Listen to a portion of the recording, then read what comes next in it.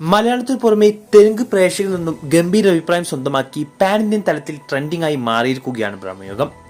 കഴിഞ്ഞ ദിവസം തിയേറ്ററുകളിലെത്തിയ ചിത്രത്തിന്റെ ഡബ്ഡ് വേർഷൻസിനാണ് മറ്റ് ഭാഷകളിൽ നിന്നും മികച്ച അഭിപ്രായങ്ങൾ ലഭിച്ചിരിക്കുന്നത്. ബ്രഹ്മയുഗത്തിന്റെ തെലുങ്ക് റിവ്യൂസ് ആയിരുന്നു ഇന്നലെ സോഷ്യൽ മീഡിയയിലെ പ്രധാന ചർച്ചാ വിഷയം. വർഷങ്ങൾക്ക് മുമ്പ് മമ്മൂക്കയുടെ സാമ്രാജ്യം കേരളത്തിനും പുറത്തുമുണ്ടാക്കിയ ഓളം ഓർമ്മിപ്പിക്കുന്നതാണ് ഇപ്പോൾ ബ്രഹ്മയുഗത്തിന് ലഭിക്കുന്ന പ്രേക്ഷക സ്വീകാര്യത. സിനിമ കണ്ടവരെല്ലാം മികച്ച അഭിപ്രായങ്ങൾ പറയുന്ന സാഹചര്യത്തിൽ വരും ദിവസങ്ങളിൽ ചിത്രം മൗത്ത് പബ്ലിസിറ്റിയോടെ കത്തിക്കാനുള്ള സാധ്യതയുമുണ്ട്. ഇതിനോടൊപ്പം വേൾഡ് വൈഡ് ബോക്സ് ഓഫീസിൽ നിന്നും 40 കോടിയിലധികം രൂപ കളക്ഷൻ നേടിയ ചിത്രം വൈകാതെ 50 കോടി ക്ലബിൽ ഇടം നേടും.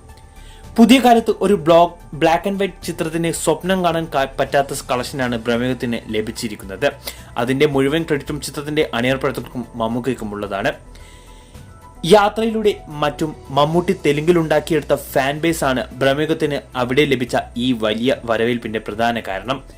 വരും ദിവസങ്ങളിൽ ചിത്രം ഏത് രീതിയിലുള്ള പ്രകടനമാകും തെലുങ്ക് ബോക്സ് ഓഫീസിൽ കാഴ്ചവെക്കുക എന്ന് കണ്ടു തന്നെ അറിയാം. ഇതേക്കുറിച്ചുള്ള നിങ്ങളുടെ അഭിപ്രായം കമന്റ് ചെയ്യൂ.